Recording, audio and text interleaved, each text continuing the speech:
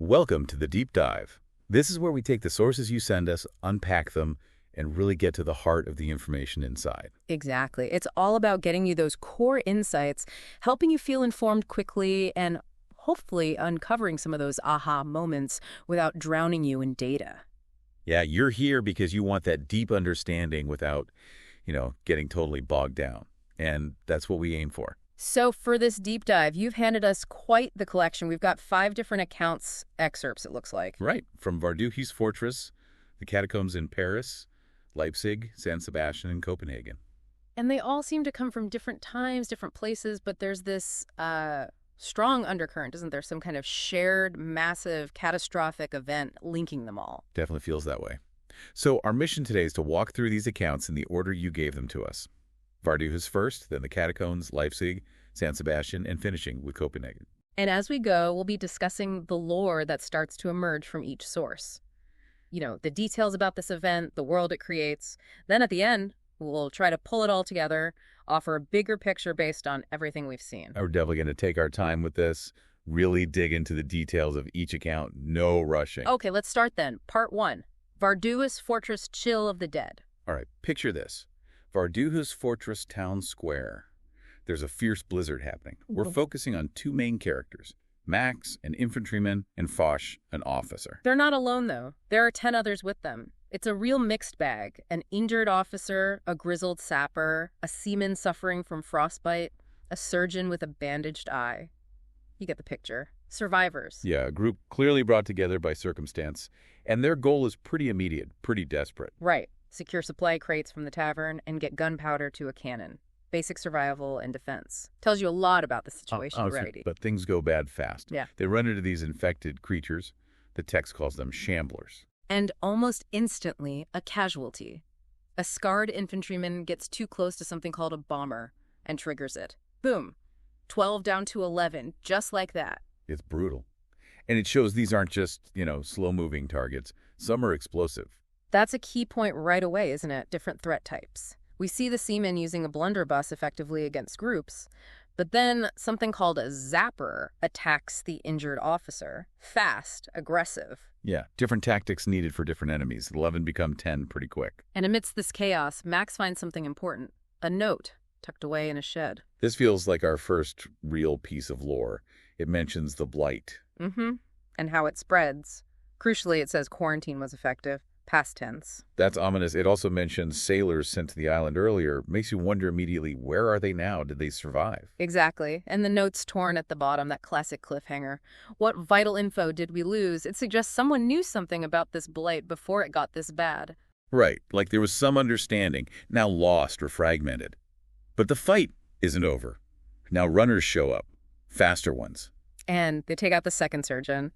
Max tries to intervene, gets injured himself in an explosion that kills the surgeon. Survival clearly comes at a steep price here. No kidding. They try for a house, thinking it's safe, but a zapper just bursts right through the wall. So much for safe havens. Then a moment of sacrifice. The grizzled sapper takes on a bomber in that tight space, saving the others but losing his own life. Their retreat leads them to a frozen lake, and waiting for them. 50 or more shamblers. Just sheer numbers, it looks overwhelming. Totally. They manage to hold a line on the ice for a bit, but then the runners are back. Their speed breaks the line. Yeah, they take down the surgeon with the bloodied glove, the guy with the blunderbuss, and the injured officer finally goes down too, something about fire. It's a rapid collapse. They're down to just 5 people. And Max gets hit by Zapper. Just shows, even the core survivors are vulnerable. Foch has to drag him towards a ladder, leaving the quiet sapper behind. Tough choices. Very tough. They make it to a church, maybe hoping for sanctuary, but what they find inside is grim. Yeah, the bodies of those British sailors mentioned in the note. And 2 more notes. These feel really significant. The first one seems official, like a ship's log entry from the HMS Undaunted. Right. It talks about losing a tow ship that had infected people on it and sending a 15-man crew to check out Vardia. Sounds like a containment attempt gone wrong. Suggests the British Navy was aware, trying to manage this thing. But the second note, it's bloodstained, written frantically. It talks about finding cannibalistic madmen having to flee, casualties. And waiting for the HMS Undaunted, hoping for a lighthouse signal to bring rescue. It gives a date, too. Tuesday, December 22nd, 1812. And here's the really weird part. It mentions Napoleon being in Notre Dame, organizing a retreat. Max is confused, thinking yesterday was the 22nd. That date detail jumps out, doesn't it? The writer seems to think it's the 23rd, writing about the 22nd as yesterday, but they also seem aware of Napoleon's supposed actions on the 22nd. It's confusing. Yeah, is the info wrong? Is the writer delirious? Or is something else going on with the timeline? It's a thread we need to track. Definitely. It reflects the chaos. So they decide to ring the church bell, hoping to signal the ship, a desperate act of hope. While at the same time, the quiet sapper is trying to barricade the doors. Hope versus immediate danger. When the danger wins out for a bit, an igniter starts a fire in the church. A runner kills the sapper. It's just relentless. Inside the church, a zapper kills the last seaman, injures another soldier. Only Max and Foch are left. But then the bell tolls, and they hear ship's chimes. A flicker of hope returns. Foch makes a brave call, heads to the lighthouse alone to make sure the signal is seen. A real gamble. And then the final assault hits them. A huge wave, shamblers, runners, bombers, zappers, igniters, fire spreading. The few remaining split up, heading for cannons near the dock. You can almost hear it cannon fire, the last seaman using a blunderbuss. But it's not enough. No. The infantryman at the cannon gets set on fire by a lantern. A runner tackles the seaman into the ocean. Just brutal losses. Foch manages one last big shot canister shot. Sounds devastating close up before falling back to the dock. And Max has this final frantic stand. Bayonets a shambler, gets grabbed by another. Then salvation from the sea, the ship's cannons, fire, grape shot, a cannonball. Max shoots an igniter, fights off a zapper. They barely make it onto the ship. And the British sailors are there, throwing flaming tar bottles at the undead on the shore. A practical, if grim, tactic. Max catches a glimpse of someone on shore, maybe infected, maybe just a stranger, a haunting image. And then a British sailor mutters something. Burn the dead, that phrase again. Or, well, the first time we hear it. Stark. Very stark, a key phrase to remember. So out of 12, only Max and Foch survive. They share the notes about Napoleon being in Notre Dame with the British, still chasing that mystery. And then on the ship, Foch finds the missing torn piece of that first note. Ah, the payoff. And it describes the blight. Calls it a disease turning men into cannibals, families into cults, towns into hive minds. Says it clots the blood, spreads through saliva and blood, causes madness and cannibalism initially. Finally some explanation, but again, the sentence is cut off. Leaves you hanging. Okay, wow. That was intense. Let's shift gears. Part 2. Catacombs de Paris, Empire of Bones. Right. Now we're in Paris. Claude and Joseph, with 15 French soldiers, similar mix. Sappers, surgeons, officers. They're hiding in a shed. It's raining, thundering. And like in Varduhu's, their original mission failed. They couldn't find Napoleon. More uncertainty about him.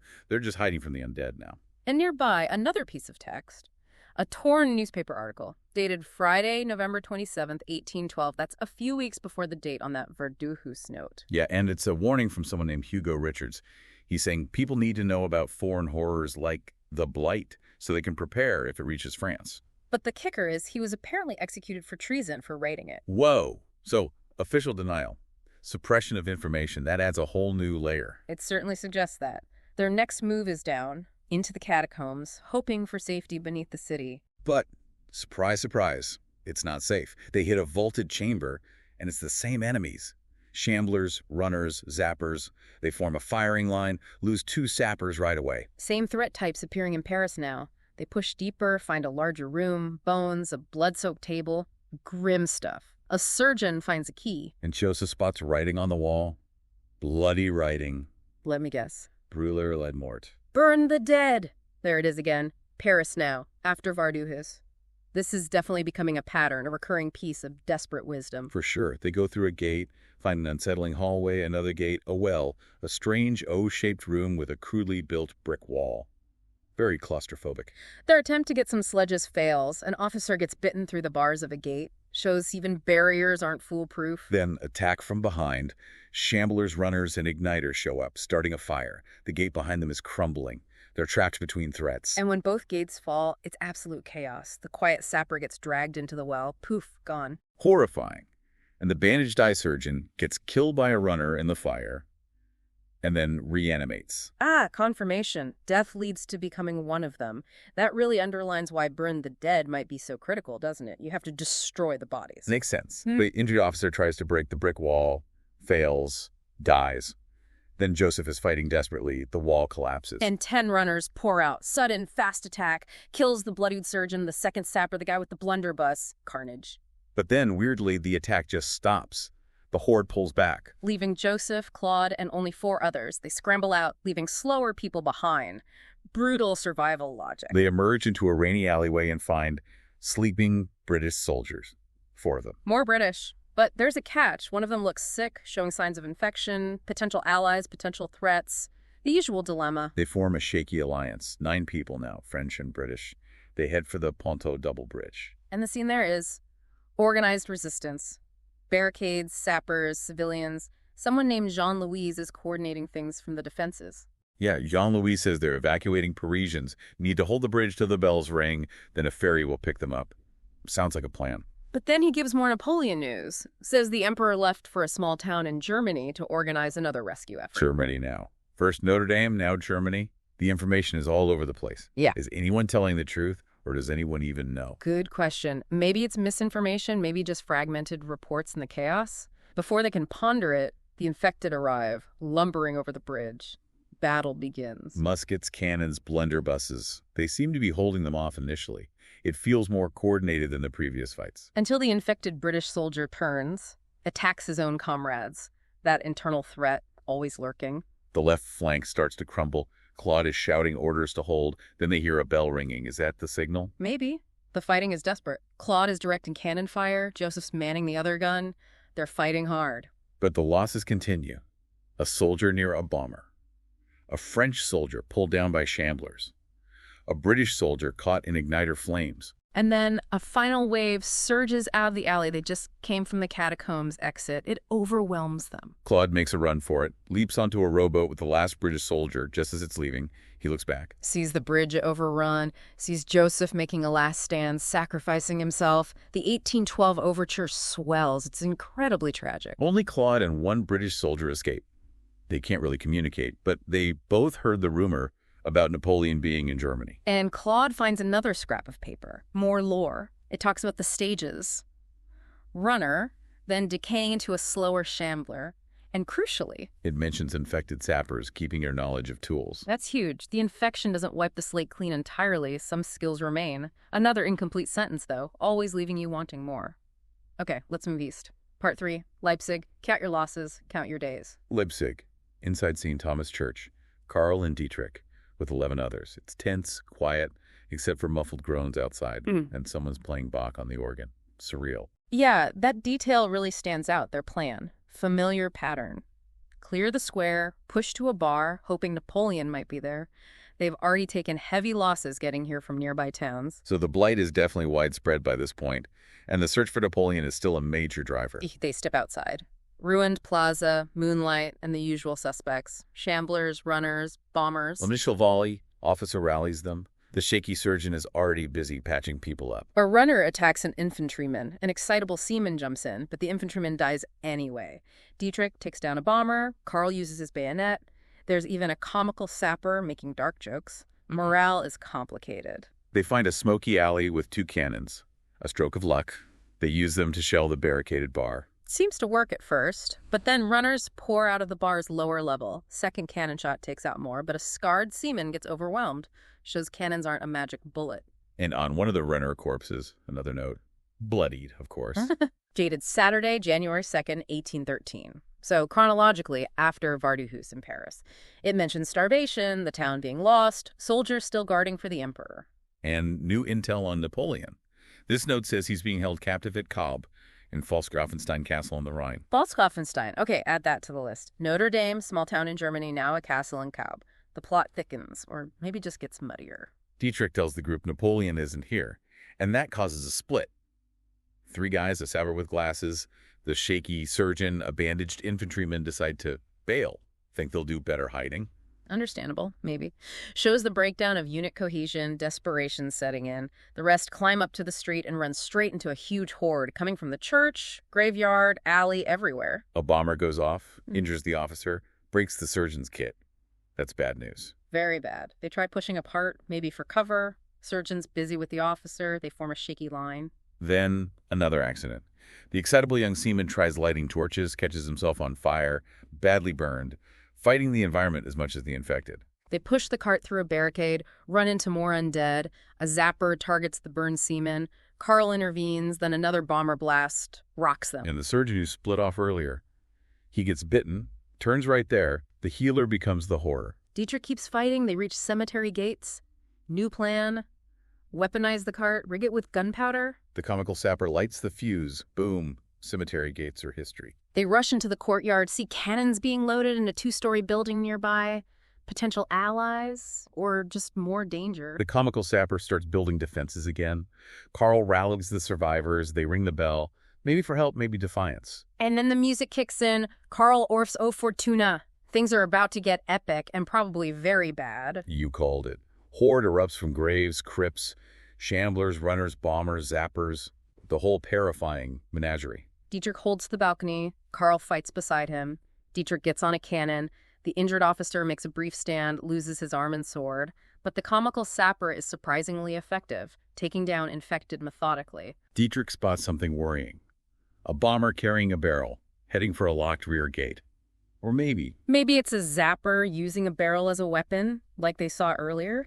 Just then, the sapper with glasses, one of the guys who left, shows up with his own barrel. But then the bandaged infantryman, the third guy who left, reappears as a runner and attacks the glasses-wearing sapper. Chaos. The runner tackles the sapper into his own barrel as it explodes, shatters the rear gate, an escape route but at a terrible cost. Carl shoves the survivors through the gate into a burning building, falling debris. Someone gets caught in the fire. It's the comical sapper.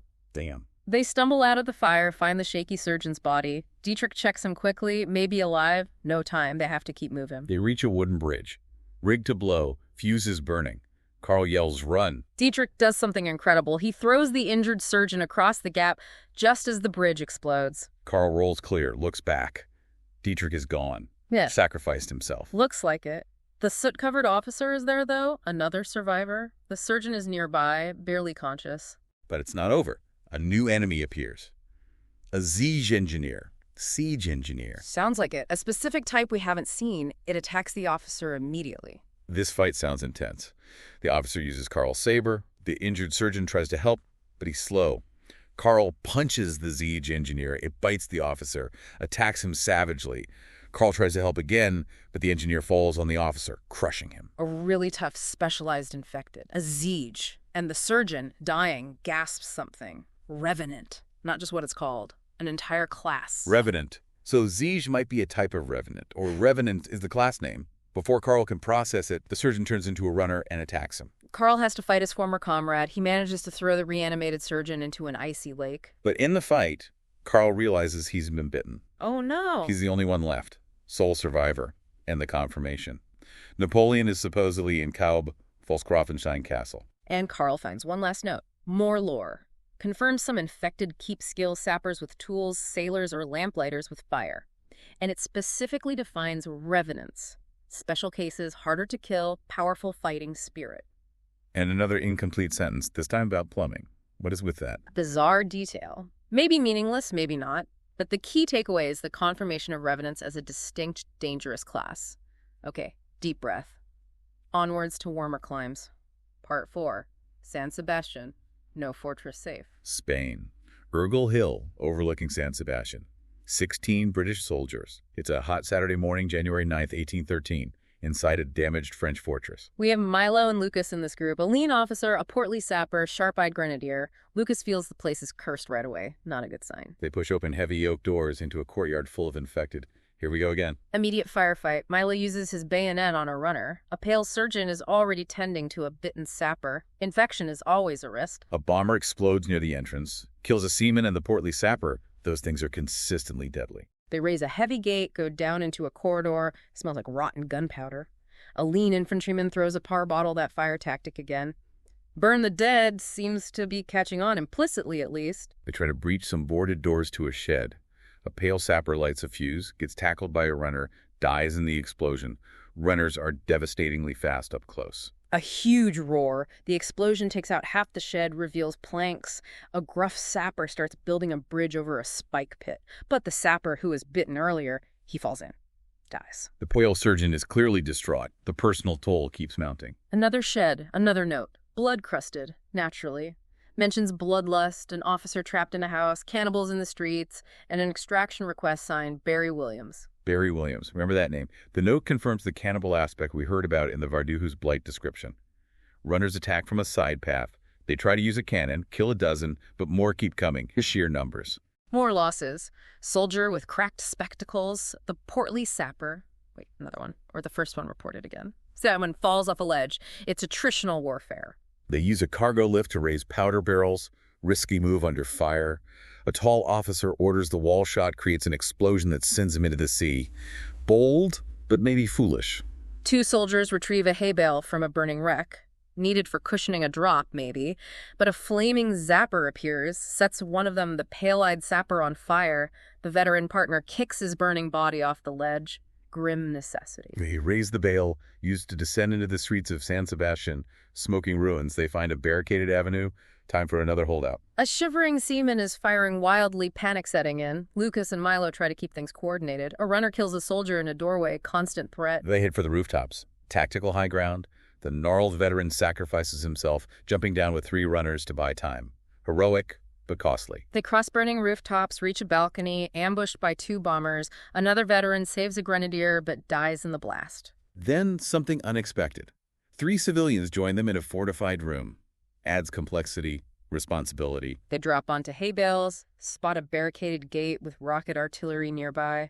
The shivering seaman tries to fire a rocket, gets killed in the backblast or explosion. Untrained use of heavy weapons is dangerous. Double doors open, and infected soldiers advance.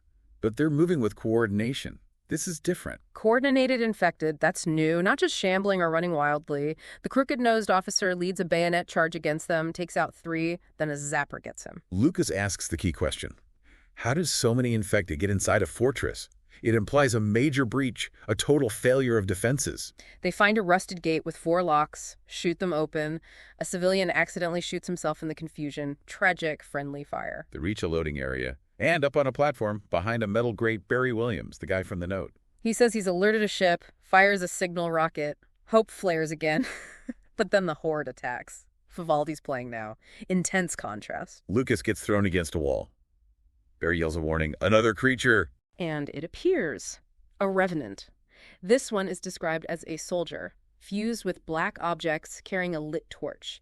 It screeches and detonates. Kills Barry, blows open the grate.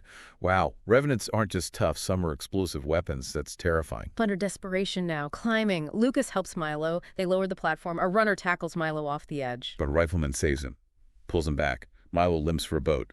A bomber reaches the lift. Lucas yells, "Run!" and gets caught in the blast. He's gone. Oh, man. Milo makes it to the rowboat. The rifleman who saved him is bleeding out, gets attacked. An old British sailor pushes off. And who's in the boat? Milo and Foch and Max, the Danes from Varduhus, plus a bandaged infantryman and a sobbing surgeon. Only 3 from the San Sebastian group made it. The city burns behind them. And the sailor confirms the latest Napoleon rumor, false Grafenstein Castle. That location seems to be sticking now. Milo asks the sailor who his friends are, and he confirms. Foch and Max, proof positive they survived Varduhus and ended up here. Incredible connection. Milo also finds one last piece of torn paper, more on revenants. Powerful fighting spirit, likely have strong weapons. Also mentions forces gathering to secure Napoleon's location. He's definitely key. And that weird plumbing sentence fragment again? Still makes no sense. Okay, final account, part 5. Copenhagen, every country for themselves. Copenhagen. Lorenz and Otto, 13 Danish soldiers, 3 civilians, a boy, a baker, a woman, barricaded apartment, city under bombardment. Title says it all about the political situation. Lorenz kicks down the door. Filthy alley, twitching corpses. A pale sapper leads towards a locked iron gate.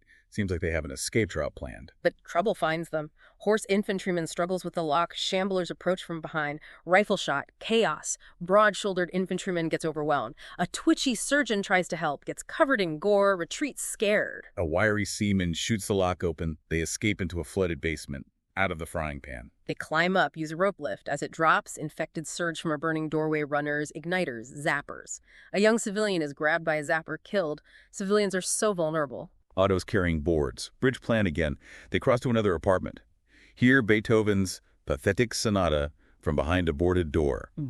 Otto calls out. The music falters, then resumes. Creepy. Who's in there? Attic's on fire, route blocked. Need water. Scarred infantryman rappels down to pump. Baker and freckled officer follow. Attacked by zappers down there. A lancer gets killed by a bomber.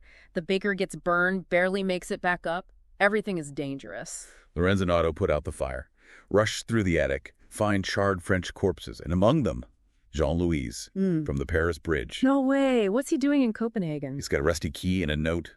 I hold the keys to the cellar of the dead. Find Napoleon. The plot thickens dramatically. A key to the cellar of the dead, tied directly to finding Napoleon, another massive link between accounts. They drop down into another building, more shamblers, bombers, wiry seamen killed in a blast.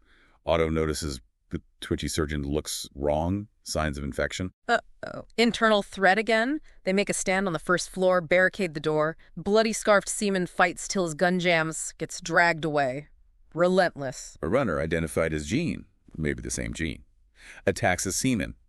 Saved by a surgeon, but the seaman is left mute from shock or injury. Lorenz orders a move to a broken bridge. An officer shoots a gunpowder barrel across the canal, sets a merchant vessel ablaze. Diversion. Barrier. Seems like it. As the burning ship nears, they run for it. A civilian falls. The twitchy surgeon tries to help. And gets killed by a runner jumping from a rooftop. The fallen civilian dies too. The woman with the pistol coolly shoots both infected, jumps to safety herself. Hard choices. They reach Danish gunboat. Escape. Lorenz unties it. Otto preps the cannon. They blast a barricade blocking their way. Moonlight Sonata starts playing. Infected swarm the canal banks. Horse infantrymen knocked into the water by a bomber. Still dangerous. A fallen mast blocks them. Canister shot clears it. They pass under a bridge, and British riflemen fire down, killing the pale sapper. British firing on Danes? Every country for themselves, indeed. A Danish musketeer fires back, hits a redcoat. Old conflicts flaring up amidst the apocalypse. Then they see it. A Royal Navy brig sloop. Big warship. Guns trained on them. This looks bad. Really bad. Cannonade starts. Lorenz and Otto fire back with their small gunboat cannon. They score hits. Fire on the enemy deck. And then the Blight intervenes. A British sailor on the brig turns into a runner. Chaos erupts on the enemy ship. Buys them a moment. They have a one-round shot left. A rocket explodes the bridge behind them. No retreat. They take careful aim. Hit a gunpowder barrel on the brig. Big secondary explosion, but not fatal for the warship. Otto yells, use anything, so they load their cannon with old rifles, planks, scrap metal, even corpses, including a corporal just killed by enemy fire. Desperate times. Their final gruesome shot hits the brig sloop's main magazine. Kaboom! Massive explosion. The brig goes up in flames. Silence. Their gunboat drifts. Only 5 left. Lorenz, Otto, the woman with the pistol, the mute seaman, the coughing musketeer. Otto clutches Jean-Louis's key. They've escaped Copenhagen, and they have a clue related to Napoleon. And Otto finds one last note. It mentions the British quarantining France and Denmark, questioning why they aren't using a proper army against the Blight. Geopolitics amidst the horror adds another layer of intrigue to the British actions. Wow. Okay.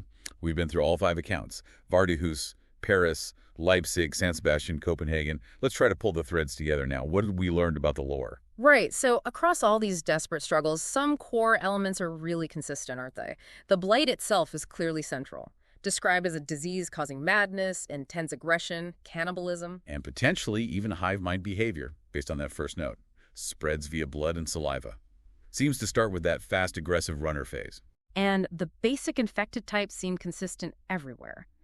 The slow shamblers as they decay, the initial fast runners, the zappers using melee weapons, the deadly bombers, and the fire-starting igniters. Survivors seem to recognize these categories. But then Leipzig introduced the Revenants, and we saw that terrifying explosive one in San Sebastian. Exactly. The notes specifically called them out as different. Harder to kill, powerful fighting spirit, maybe retaining skills or using weapons like the Siege Engineer or the torch-wielding detonator. They seem like a significant escalation of the threat. And the phrase, burn the dead, heard in Vardehus, seen written in blood in Paris. It feels like essential survival knowledge, probably to stop reanimation. Makes sense. Then there's the whole Napoleon situation. Everyone's looking for him or reporting his location, but the information is constantly shifting. Notre Dame, Germany, Pfalzgrafenstein Castle. It makes him seem incredibly important, strategically or symbolically. But why and where he actually is remains a huge question mark. The timeline confusion, especially in that Verdugo's note, the yesterday being December 22nd, is still nagging. Is it just confusion, trauma, or something weirder? We don't know. We also saw different levels of awareness. Poor Hugo Richards in Paris trying to warn people and getting executed for it, while later accounts show more understanding, like the notes detailing revenants or retained skills. Yeah, that note mentioning infected sappers keeping tool knowledge, or lamplighters using fire that adds complexity, they aren't all just mindless rage. And the British. They're everywhere. Rescuers in Vaduz, sleeping recon soldiers in Paris, adversaries firing on Danes in Copenhagen, maybe quarantining whole countries. Their role is ambiguous, complex. Definitely not straightforward allies or enemies. Depends on the context. It really drives home that every country for themselves idea from the Copenhagen title, old alliances are breaking down. So putting it all together, these 5 accounts paint a truly terrifying picture of a global catastrophe. Widespread, multifaceted, evolving. Absolutely. And it leaves us, and you, the listener, with some big questions to ponder, doesn't it? For sure. What's the real connection tying these specific events and locations together? Is there a single origin point for the Blight? What's the full story behind the Revenants and their abilities?